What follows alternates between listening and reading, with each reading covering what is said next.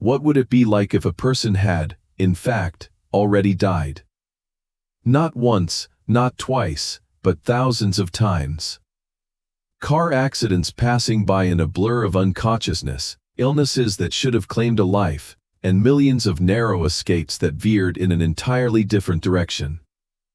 The physics is real, and the mathematics has been published, but the extraordinary woman who discovered it, Dr. Eleanor Vance, was submerged in spirits and despair until her very last breath in Cambridge, long before the world dared to believe her.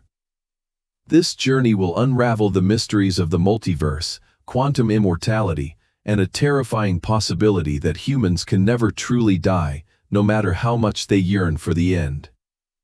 This concept might sound like a dark science fiction script at first, but from the perspective of a philosophical guide, let us pause for a moment to look deep into our own reality right now.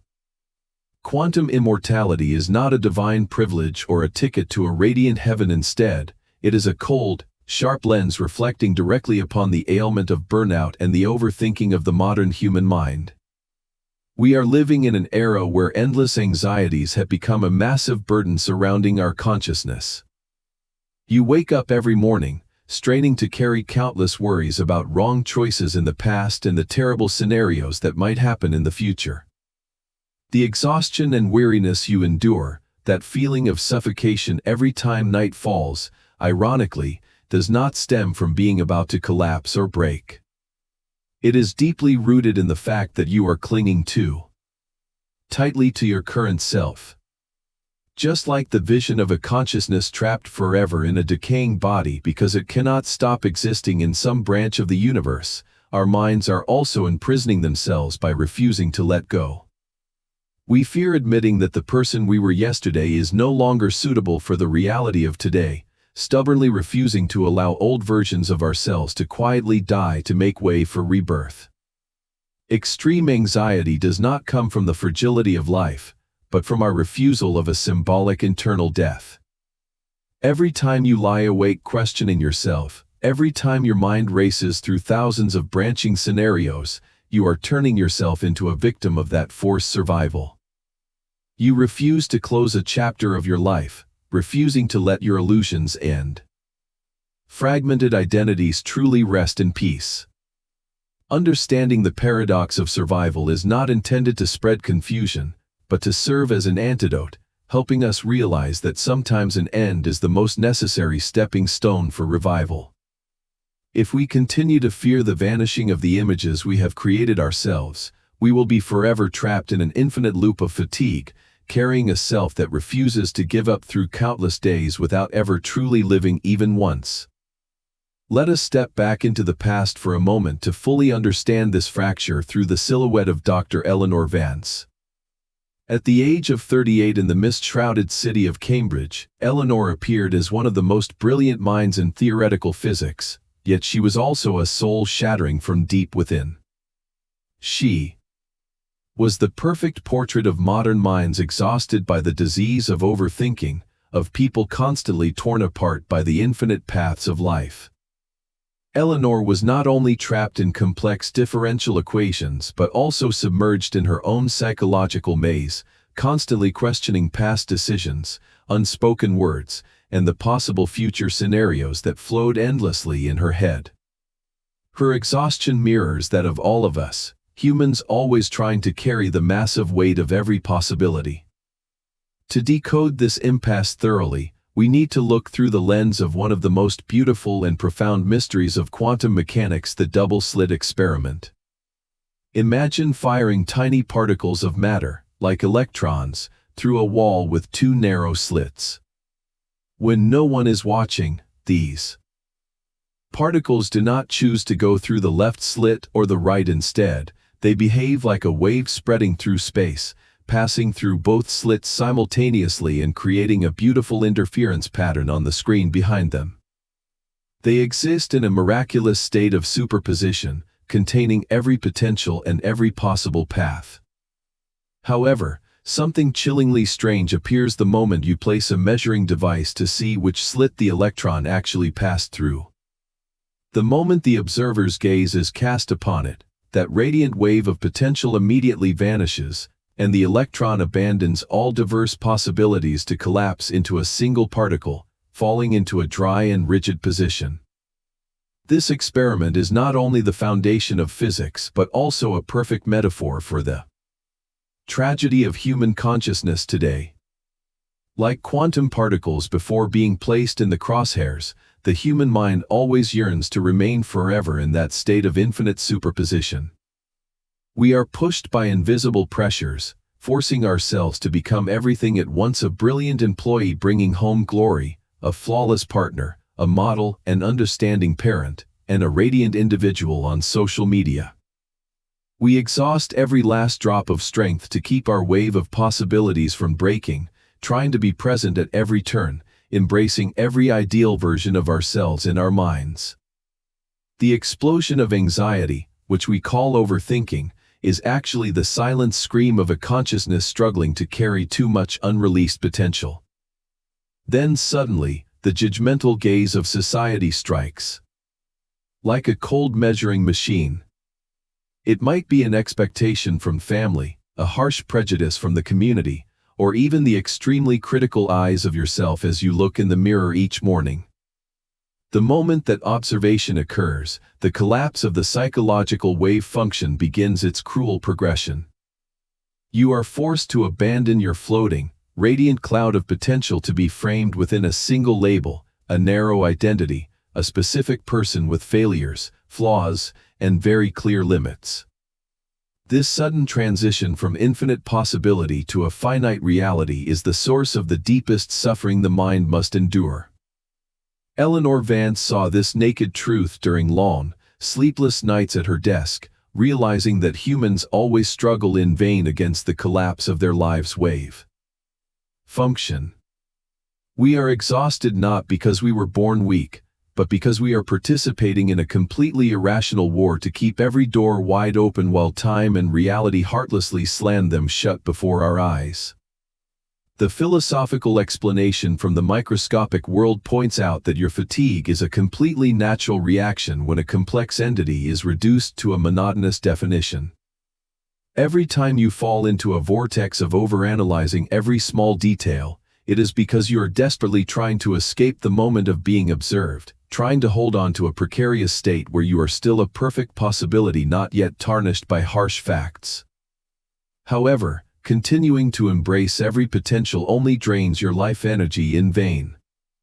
You become immobile, frozen among thousands of paths stretching before you for fear that bravely walking on one trail will mean killing all other good choices with your own hands.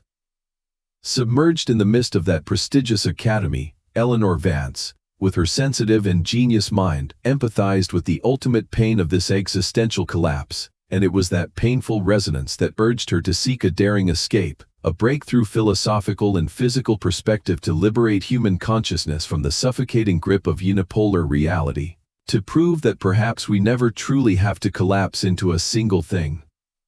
To break that suffocating grip and find a way to liberate consciousness, Eleanor Vance was forced to confront the most solid fortress of the physics world at that time, named Professor Arthur Stirling. He was not merely a venerable scholar with silvering hair and a commanding presence in the lecture hall. He was the perfect embodiment of the conservative Copenhagen school, a rigid ideology that had dominated the scientific world for many decades. For Stirling and those who followed in his footsteps, the ambiguity of the quantum world was a mess that did not need to be fully understood, but merely treated as a mindless mathematical tool to provide practical outcome predictions. His philosophy of life and work was encapsulated in a cold, cruel, and imposing maxim: shut up and calculate. When placed under the lens of modern psychology, Professor Stirling's mindset reflects a terrifying image of the empty self-improvement philosophies and toxic positivity surrounding us every second. Just as Stirling arrogantly dismissed the difficult questions about how matter actually exists before being observed, modern society also constantly pressures us to ignore the inner storms and core confusion screaming in rage from within. We are constantly preached to that to become successful and achieve perfect happiness, Humans must learn to clean up every emotional mess, heartlessly suppressing the fragmented, weak versions of themselves, full of wounds and flaws.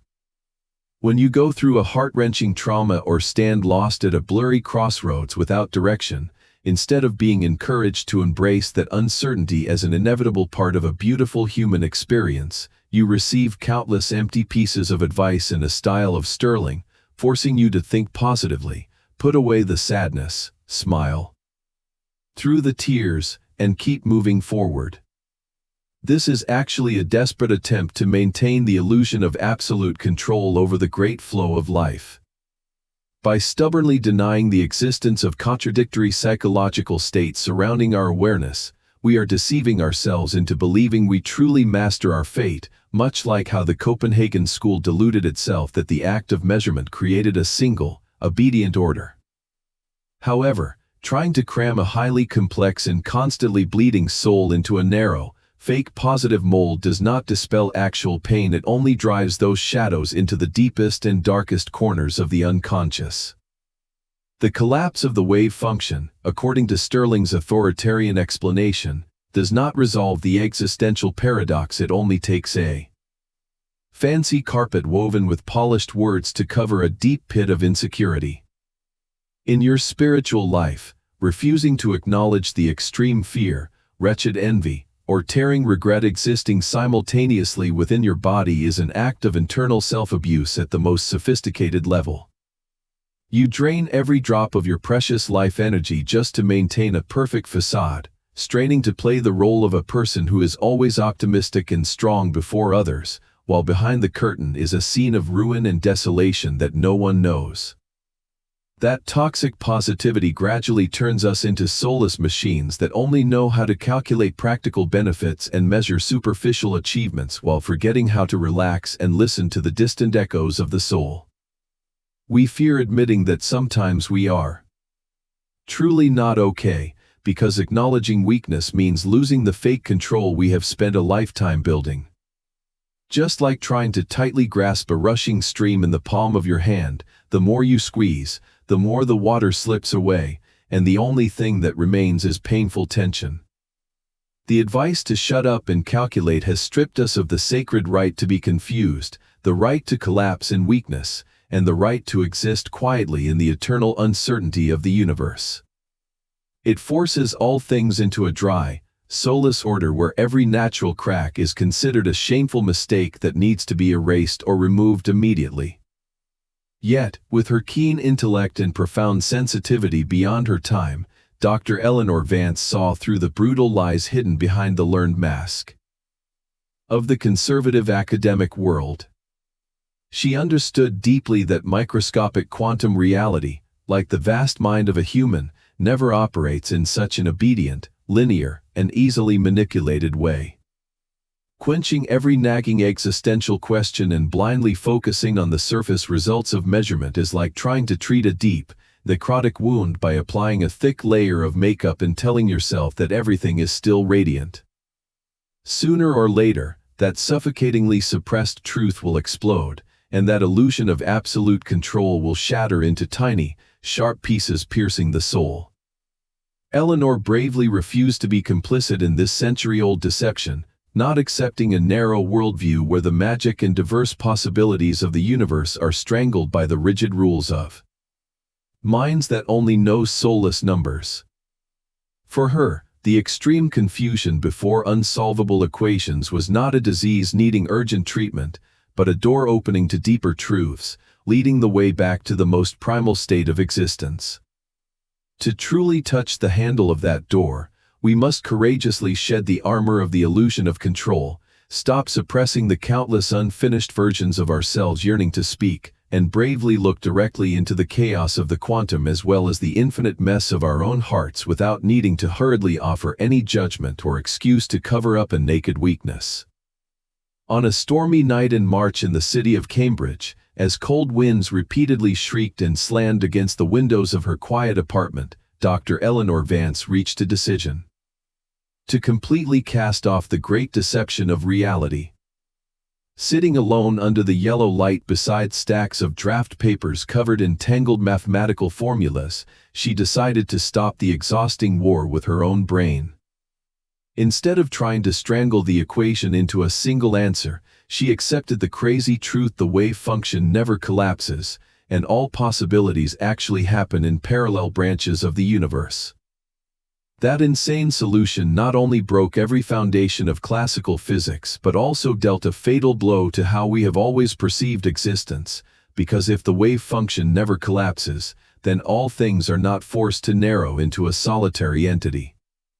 Amidst the rumbling thunder outside, Eleanor's pen glided across the white paper with an ultimate serenity, painting a picture of a universe where the observer does not force the world to break itself, but merely blends and intertwines into the infinite diversity of all results. At that brilliant moment of scientific history, we can find a spiritual first aid for the listener. Liberation does not come from controlling the future, but from stopping the resistance to the natural branching of the mind. Try reflecting this exquisite physical phenomenon onto the very storms within your own chest every day. When you sit alone in the night, letting anxiety eat away at every nerve cell, you are actually desperately playing the role of a cruel measure, trying to use the power of will to force the wave function of your life to collapse into the safest and most perfect result. You tear yourself apart, struggling with endless thoughts, wasting all your mental energy just to quench the bad future branches your mind accidentally drew.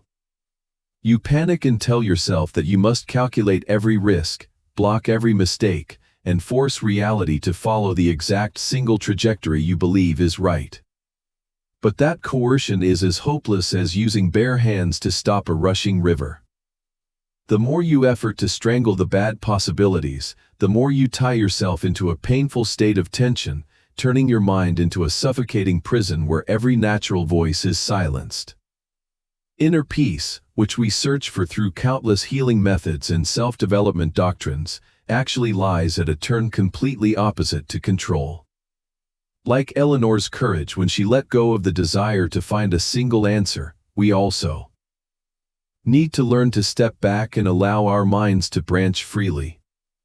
True mindfulness is not building a solid fortress to prevent negative thoughts from rushing in, nor is it forcing oneself to constantly chant about a bright future. It is the ability to sit quietly to observe the proliferation of countless scenarios without the mind intervening.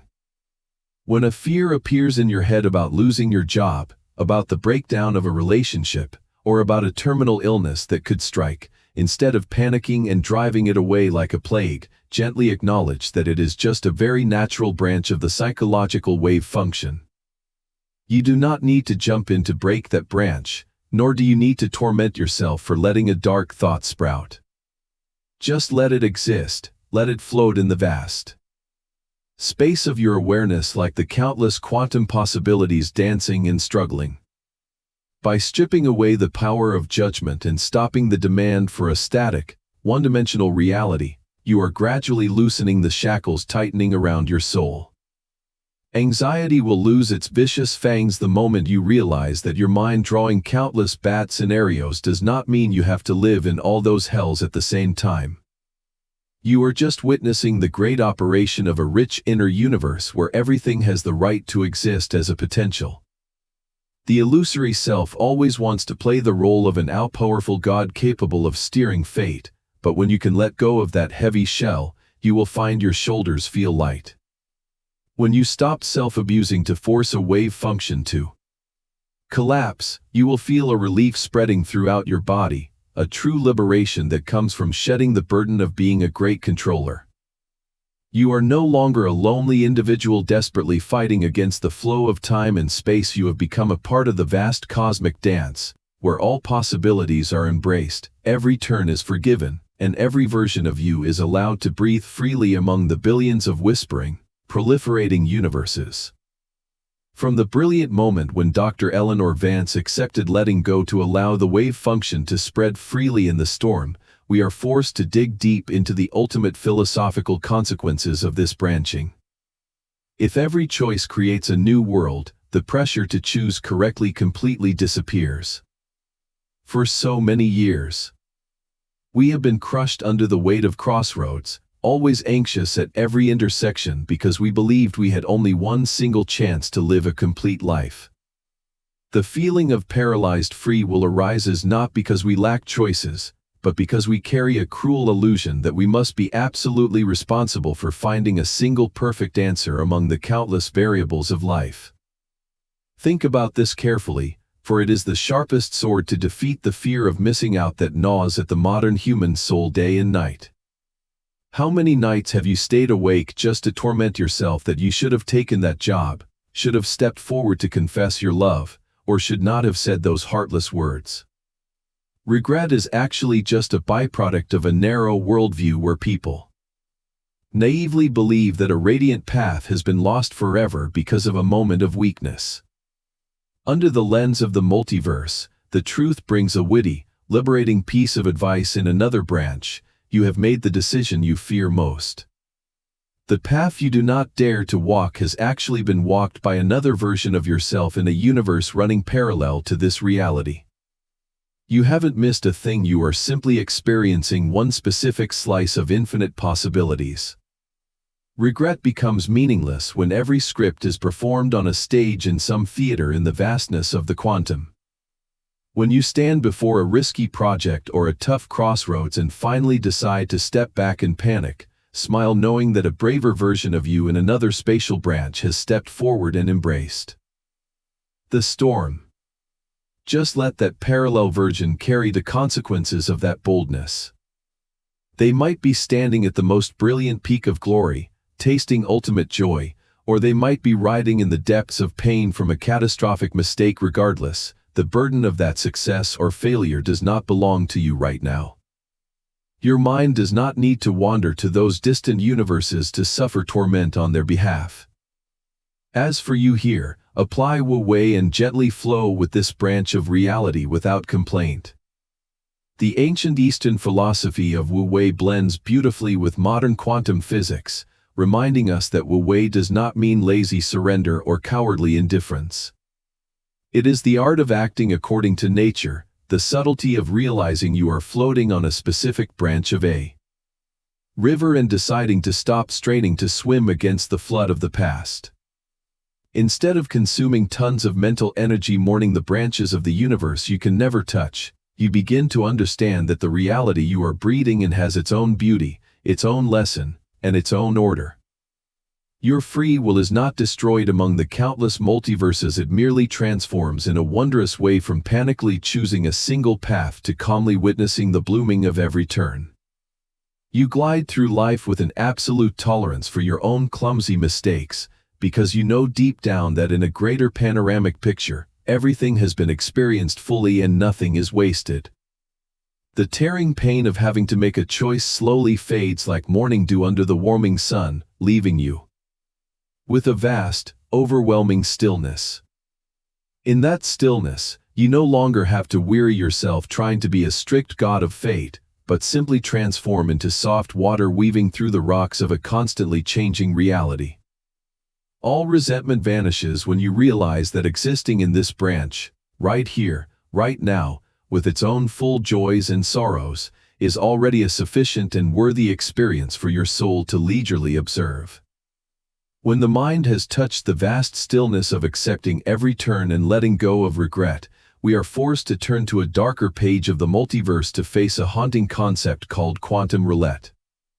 Imagine you are sitting before a quantum particle measuring machine connected directly to a gun, where the probability of the gun firing or not firing is split exactly 50%, depending entirely on the spin of a tiny electron.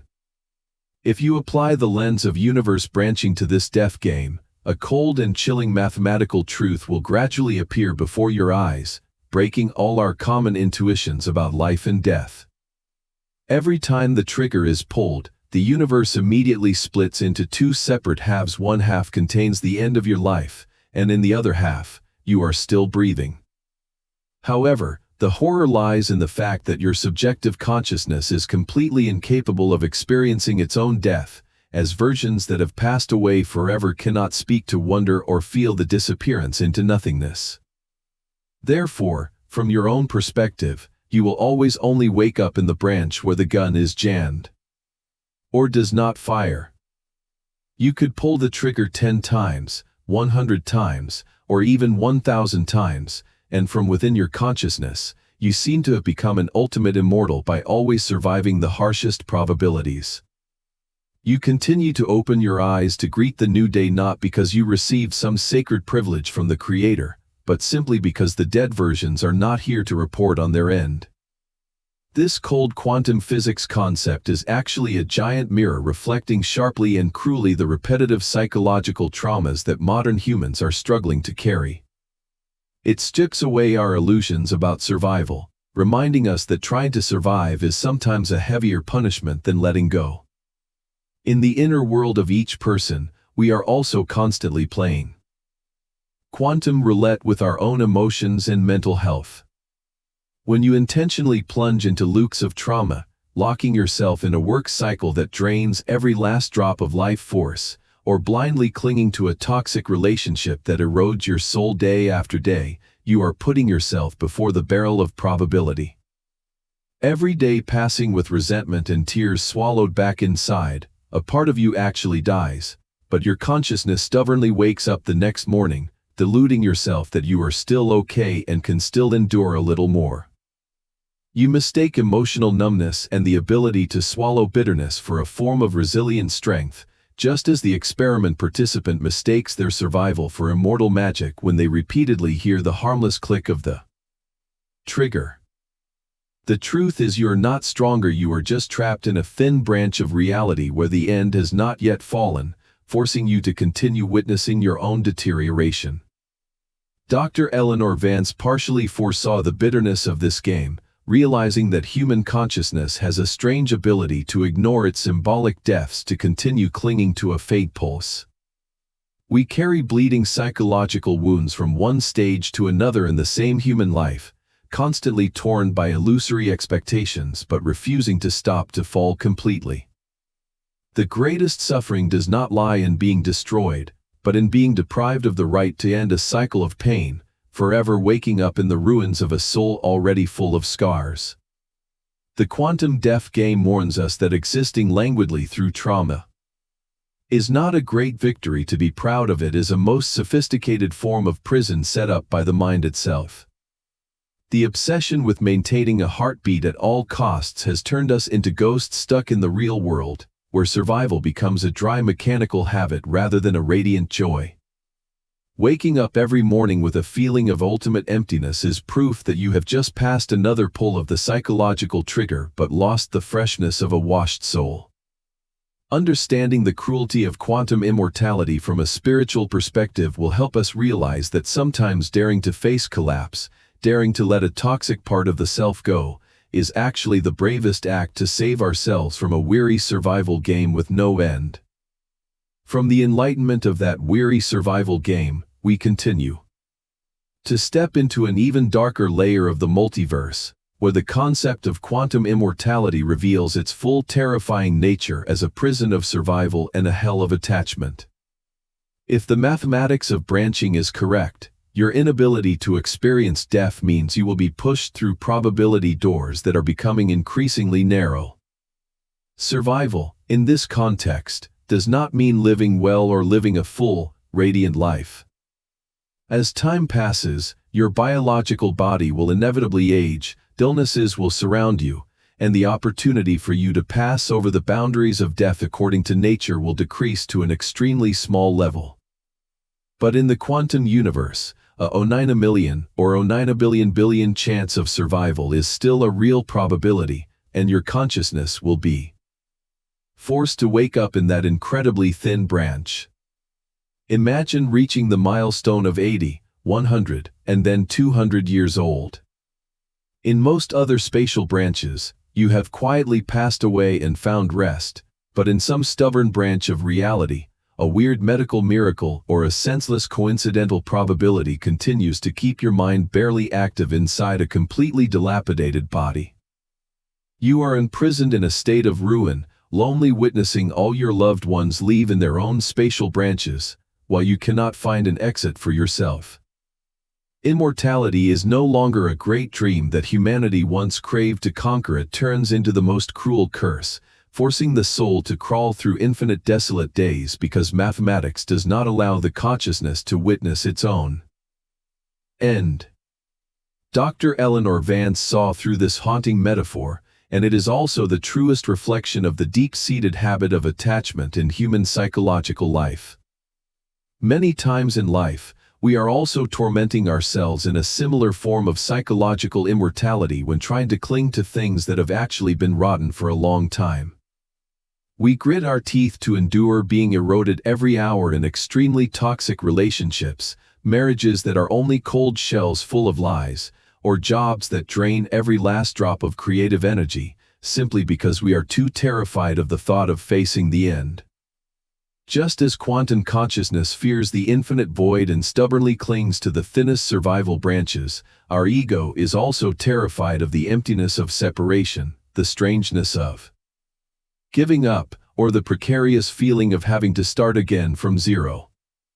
We would rather choose a languid existence, rather choose to endure familiar, suffocating pains than bravely let go so that a chapter of life can truly be closed. That deadly loop forces us to squeeze through the narrow slits of fake safety, making the inner world increasingly aged, withered, and losing its ability to vibrate. The more we try to prolong something that has lost its natural vital sap, the more we isolate ourselves from the fresh impermanent flow of the universe, turning ourselves into obedient prisoners in the dungeon of weary attachment. The deepest healing philosophy opened from this cruel paradox is that we must learn to view the end not as an ultimate disaster to be avoided, but as a great grace of nature for life. If there were no natural death, life would become an unbearable cursed burden, and if there were no letting go of old things that are no longer suitable, the soul would forever rot in its own dilapidated shell. Do not force yourself to continue breathing faintly in a scenario that has already decayed just because of blind pride or invisible fears woven by the mind.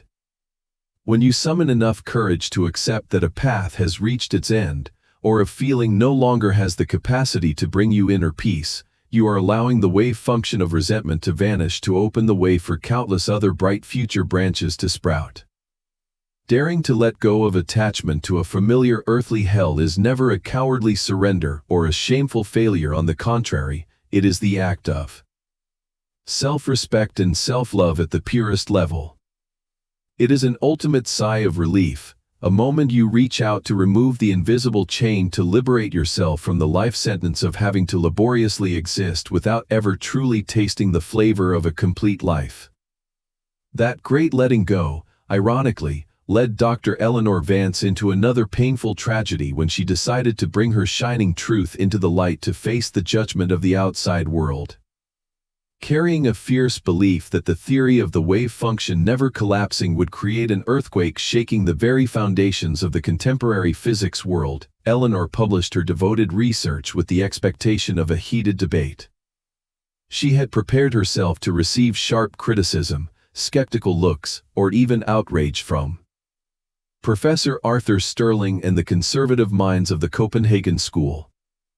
But reality dealt her a blow more cruel than 10,000 insults, a deadly silence. Sterling did not refute her, did not smile mockingly, nor did he bother to write an academic article to bury her.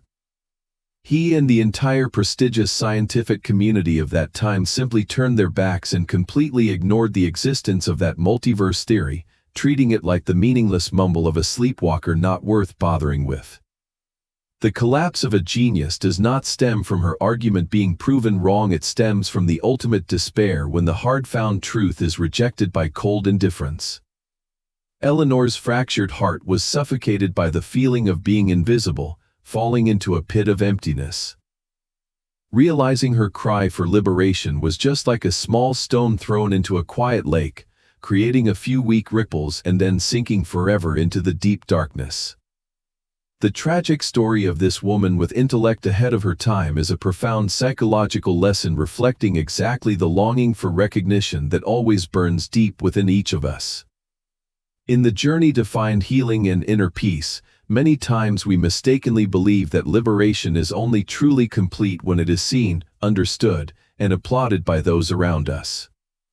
You have just gone through a fierce inner struggle to break the chains of trauma. You have just summoned enough courage to establish emotional boundaries for yourself against a toxic relationship, and then you eagerly wait for others to notice that great change. You crave for those who once hurt you to bow their heads in regret, crave for society to award you a medal for your outstanding growth, crave for the world to confirm that your awakening is absolutely right. But this universe does not operate in a way that pampers such empty surface expectations. When the world responds to your effort to rise with an indifferent attitude, when no one notices or cares about how much sweat and tears you had to shed to stitch back your soul, you are very likely to fall into the same trap of collapse as Eleanor. Reborn suffering occurs not because you are not good enough, but because you are entrusting the key to your life's freedom to those who do not even care to look at it.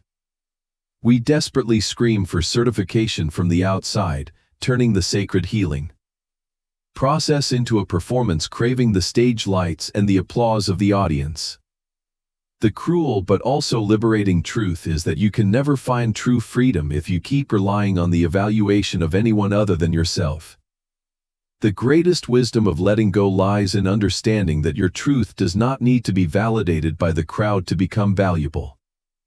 Our ego always carries a massive vanity, always thirsting to reflect its glorious image in the eyes of others, but true peace never sprouts from noisy cheers or the consensus of a community. Absolute liberation must be nurtured and bloom in the infinite stillness of the interior. When you touch a liberating truth for your life, like understanding that the wave function of all possibilities still exists in great harmony, just quietly embrace it and enjoy the boundless relief yourself. Do not waste precious life energy trying to move those who are buried in their own illusion of control. Enlightenment is not a commodity to be displayed or to convince others to buy.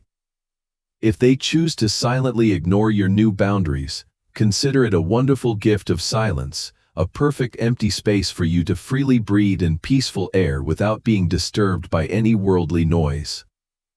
The liberation of the mind has never been a victory needing to be commemorated by the world. It is simply a gentle, self-satisfied smile when you sit alone in the dark, knowing clearly that you have touched the infinity of the universe even as everything outside is still spinning in a realm of ignorance.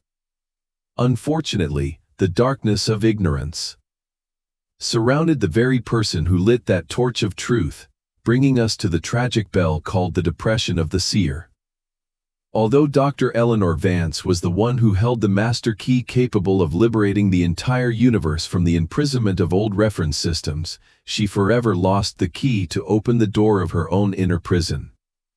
The chilling silence of the academic world did not merely bury a research work, it awakened the monster hidden deep in the mind of every genius wounded pride. Unable to accept that the world outside was so blind to such a magnificent quantum beauty, Eleanor imprisoned herself in a room thick with cigarette smoke and depleted bottles of strong liquor, day after day letting the intoxication and bitterness eat away and destroy every cell of her body. The cruelest existential paradox was exposed right here, when a great mind that saw through the branching of countless realities tied its own soul to a single branch named resentment. She turned her brilliant truth into a punishing shackle, constantly chewing on the resentful refrain that she was right and the whole world was wrong. From the perspective of psychology and spiritual practice, Eleanor's late-life tragedy sounds like a sharp warning to all of us about the invisible trap of accumulating knowledge and the terminal illness of the healing era. We often fall into an extremely dangerous illusion that just by filling the brain with countless high-level philosophical theories, memorizing thousands of pages of self-development books, or filling the phone with meditation apps, sorrows will automatically disappear. But pure intellect of the brain is completely useless if you cannot bring true letting go deep into your own bleeding wounds. Thoroughly understanding the operating principle of the multiverse, or knowing clearly the roots of childhood trauma, will bring no salvific meaning if the personal ego still stubbornly clings to the desire for compensation and recognition. The disease of the seer stems from our using knowledge as armor to protect a trembling ego, instead of using it as a fire to burn that very ego. Eleanor failed to apply the philosophy of no-self to her own pain of being rejected. She let the identity of a wronged scientist swell to the point of swallowing all stillness. The mad attachment to proving herself right deprived her of the right to live peacefully, turning her final years into a long string of days submerged in the gloomy depression of one who sees all things but is blind to her own happiness. Many of us are also poisoning ourselves with that sophisticated venom called the pride of the seer. When you realize a painful truth in a relationship, or when you see clearly the injustices present at work, instead of gently stepping back to protect the peace of your soul, you throw all your energy into endless arguments, madly trying to force those around you to acknowledge your insight. You become bitter, judgmental, and full of dissatisfaction with those you consider short-sighted. You lock yourself in a dungeon created by your own intelligence, turning yourself into the most tragic victim of understanding, where you would rather choose to drown in your own rightness than swim to the shore of peace. The truth is, this vast universe has no obligation to synchronize with your perceptions, and stubbornly forcing it to do so only leads to a spiritual demise exactly like the desolate nights of the lonely doctor in Cambridge. To avoid following the tragic footsteps of that extraordinary woman, we must learn to separate seeing the truth from demanding that truth be honored. True liberation sometimes requires you to accept throwing away the need to be proven right, gently putting down the burden of wisdom to allow the heart to rest. Truth is not a weapon for you to stab the world or cut your own skin when no one applauds. It must be a soothing medicine, a bamboo raft taking you across the ocean of stubbornness. When you stop using psychological terms to dissect the mistakes of others, when you stop screaming for absolute justice in an inherently impermanent reality, that is when wisdom transforms into compassion. When you realize the absurdity of using intellect to make yourself suffer, you will automatically loosen the hands tightly grasping resentment, allowing dry theories to seep in and melt into great tolerance, liberating yourself from the depression of a seer to truly return to the source of a quiet, free, and most complete life. The pride of reason imprisoned Eleanor Vance in a dark prison, and it also leads us straight to one of the most sophisticated traps of the human mind when facing the multiverse: the problem of probability and the desire to control the thickness of reality. In the world of classical physics, probability is an extremely simple concept, like tossing a coin and having a 50% chance of getting heads or tails.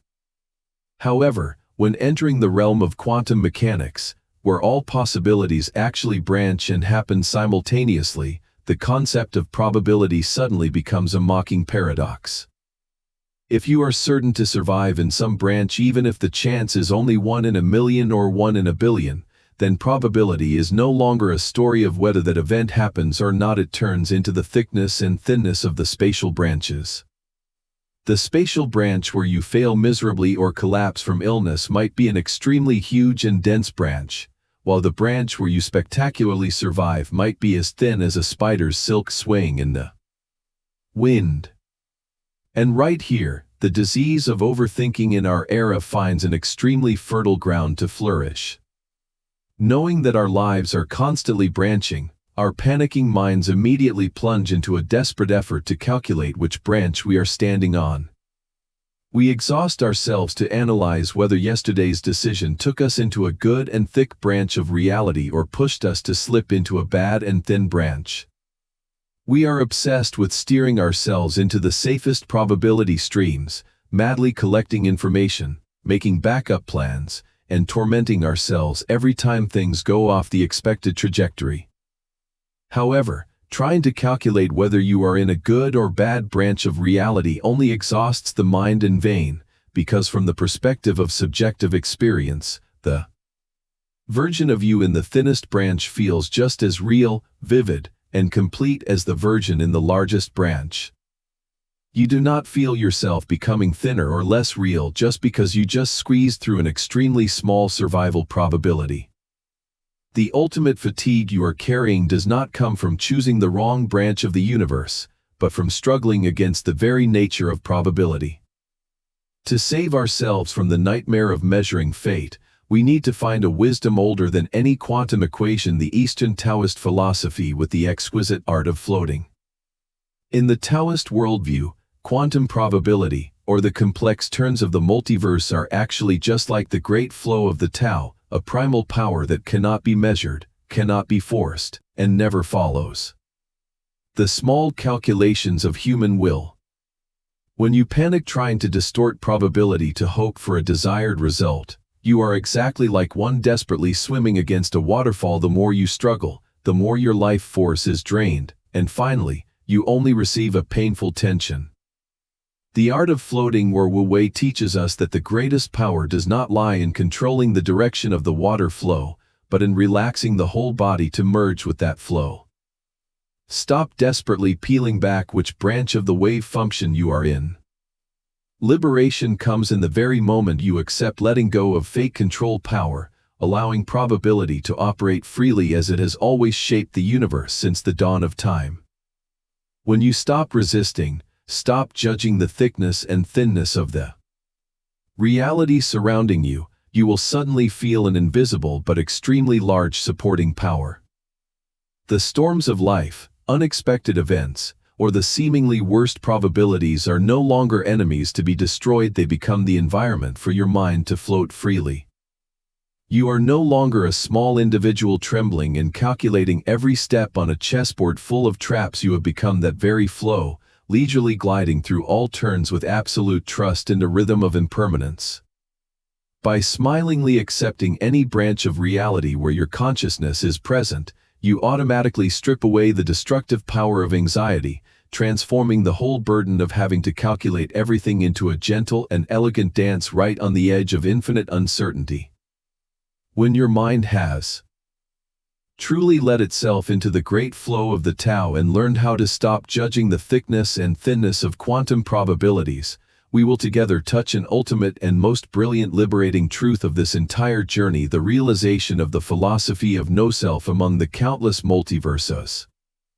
From peaceful childhood until adulthood full of scratches, our minds have always been skillfully molded by society to believe in a very convenient fictional story that you are a fixed entity, a single and intact identity stretching across the cruel flow of time.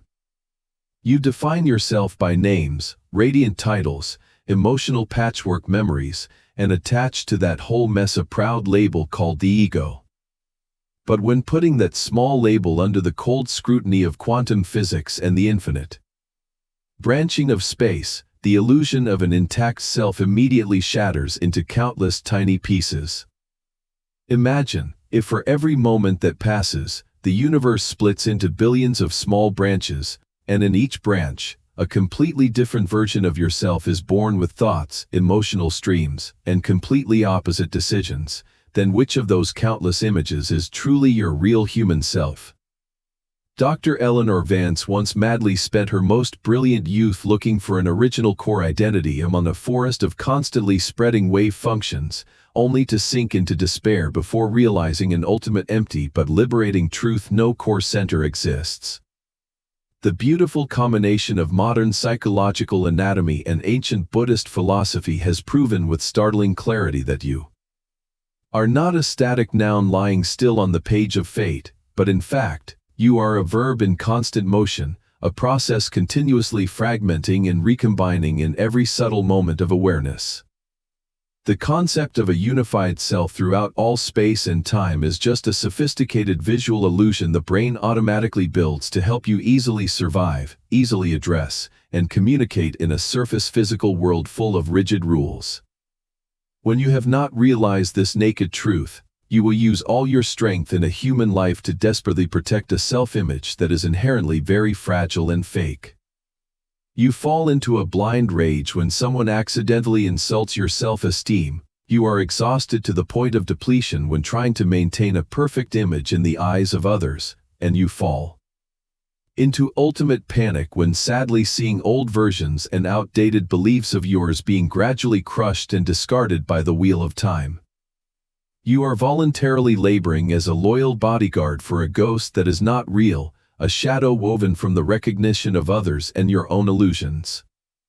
However, once the truth of no self is illuminated by the brilliant light of the quantum and meditation, that whole heavy burden of protecting identity will automatically fall to the ground like dry leaves leaving the branch when autumn winds blow. Why must you torment yourself in suffering just to protect the pride of a single ego when that ego will even disappear, will circulate, and be replaced by billions of other egos in just the next blink of the multiverse? This breakthrough psychological anatomy cuts off all deep roots of toxic attachment, allowing you to gently shed the suffocating armor of vanity, casting off self-imposed prejudices that have imprisoned your soul for so many years.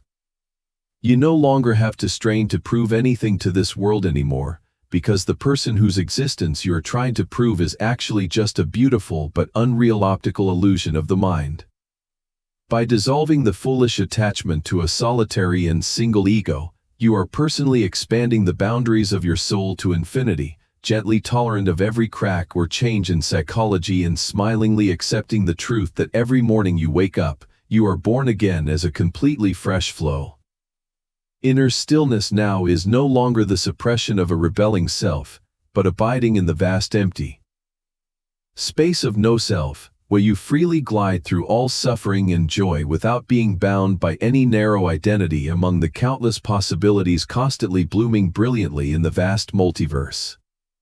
When we have shed the suffocating armor of vanity and abide in the vast space of no self, a very mundane question suddenly arises: what will we do with the days we wake up and feel everything is at its worst?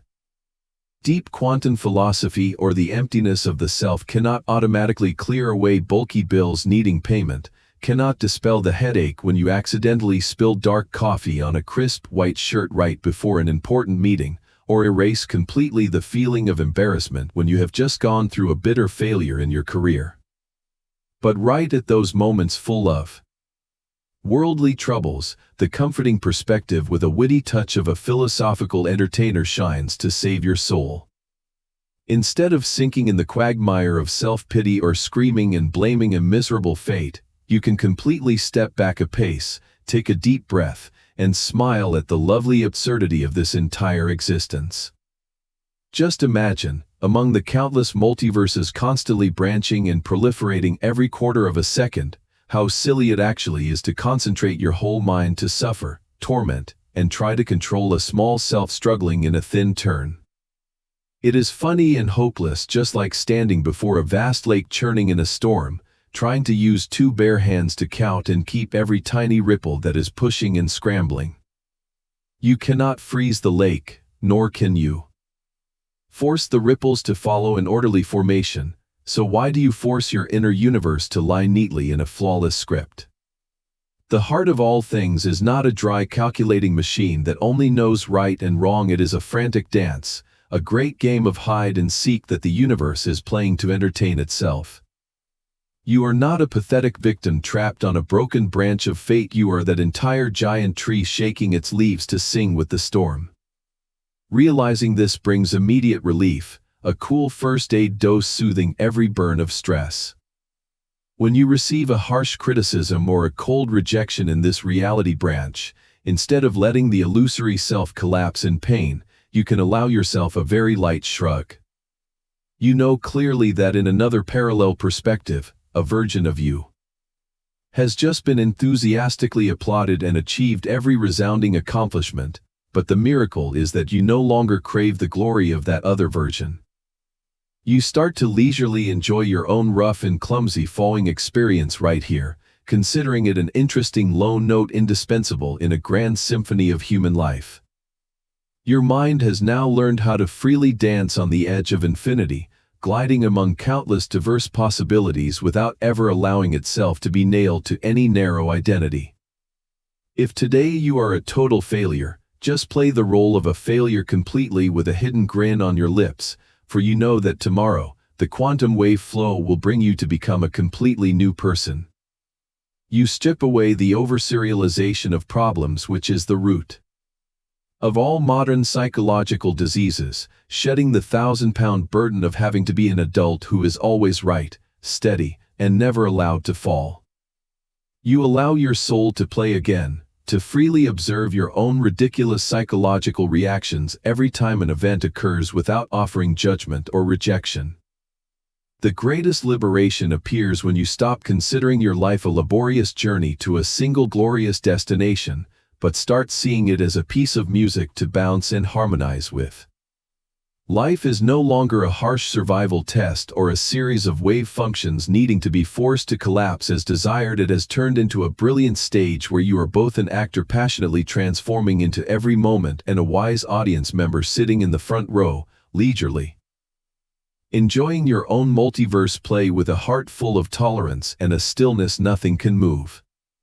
When we have soaked in the art of enjoying the great play of the multiverse and learned how to dance on the edge of infinity, the mind will naturally be guided back to the most quiet and authentic stage where all things must follow the law of decay. The final days of Dr. Eleanor Vance.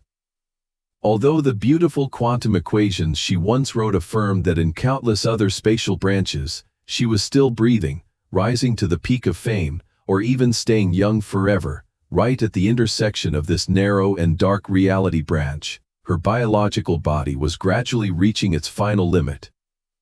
The small apartment in Cambridge no longer echoed with the hurried sound of turning papers or the excited pen taps of a genius mind passionately decoding the universe. Instead, only a melancholy silence remained, mixed with the acrid smell of cigarette smoke and the bitter taste of empty liquor bottles. Eleanor, the woman who once reached out to touch the ultimate infinite realm of possibilities, was now lying still on an old bed, quietly accepting the deterioration of every muscle and the weak pulse of her heart. That scene at first glance looked like an ultimate tragedy, a pathetic failure of a talented but ill-fated life, but under the lens of insightful meditation, her final breath glowed with a melancholy but very necessary beauty of the end. Even if science proves that everything never truly disappears or philosophy praises the eternal circulation of energy, at the level of a physical being currently existing, death is still a primal truth that cannot be denied and does not need to be avoided. Eleanor's departure in this spatial branch broke the stubborn illusion of linear time, reminding us that no play can last forever without making the audience and even the actors exhausted. We are often obsessed with prolonging existence, always equating longevity or maintaining a state forever with great success, while forgetting that nature always demands decay to clear the way for new life. If Eleanor's wave function in this reality branch did not accept a complete collapse, if she were forced to live faintly forever in a body already dilapidated and a spirit already rotten by the world's rejection, then that would be an eternal hell sentence. Her physical death, therefore, was not a cruel punishment of fate, but a kind liberation, a pardon ticket allowing a weary soul the right to drop its hands after a long and hard-fought journey. From that quiet departure, a profound healing message is sent to souls struggling day and night with the strict perfect standards of modern society. That you must allow yourself the right to fail, the right to fall, and the right to end. Just as Eleanor closed her earthly chapter, you also need to learn to let projects that no longer bring joy die, to let relationships that have run out of empathy drift into the past, and to let the damaged versions of yourself in the past rest forever under the grave of time. Trying to cling to an object or a state that has reached its time of decay does not prove you are resilient. It only shows you are too panicked by the absence of old habits. Look at how brilliant yellow leaves leave the branch in autumn without a single resentful sigh. They accept falling and rotting to become fertilizer for green buds that will sprout next spring. Your mind also needs such leaf-falling autumns. If you keep forcing yourself to succeed brilliantly at every turn, to always be radiant and happy and never allowed to be weary, you are depriving yourself of the most sacred privilege of a living creature, the right to rest. Your exhaustion is the urgent cry for help from the interior demanding a period to irrational expectations. When you bravely accept letting go, allowing some aspect of your life the right to shatter and wither, you are not losing your value. On the contrary, you are clearing a precious space in your soul to welcome new winds. The melancholy beauty of the end lies in the fact that it returns to us the primal peace, where every straining effort is lowered, allowing the mind to sink into a deep, dreamless sleep, accumulating fresh energy for the miraculous rebirths quietly waiting in the next brilliant reality branches.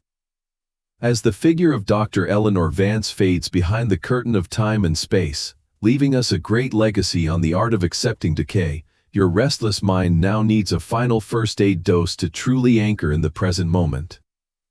Among the countless complex hypotheses of physics and the philosophical mazes we have just crossed together, there is an extremely simple truth, but with the greatest healing power even the greatest science does not dare to affirm with absolute certainty whether quantum immortality truly exists, but right at this second, right at this reality branch, you are here, existing and breathing the air of life.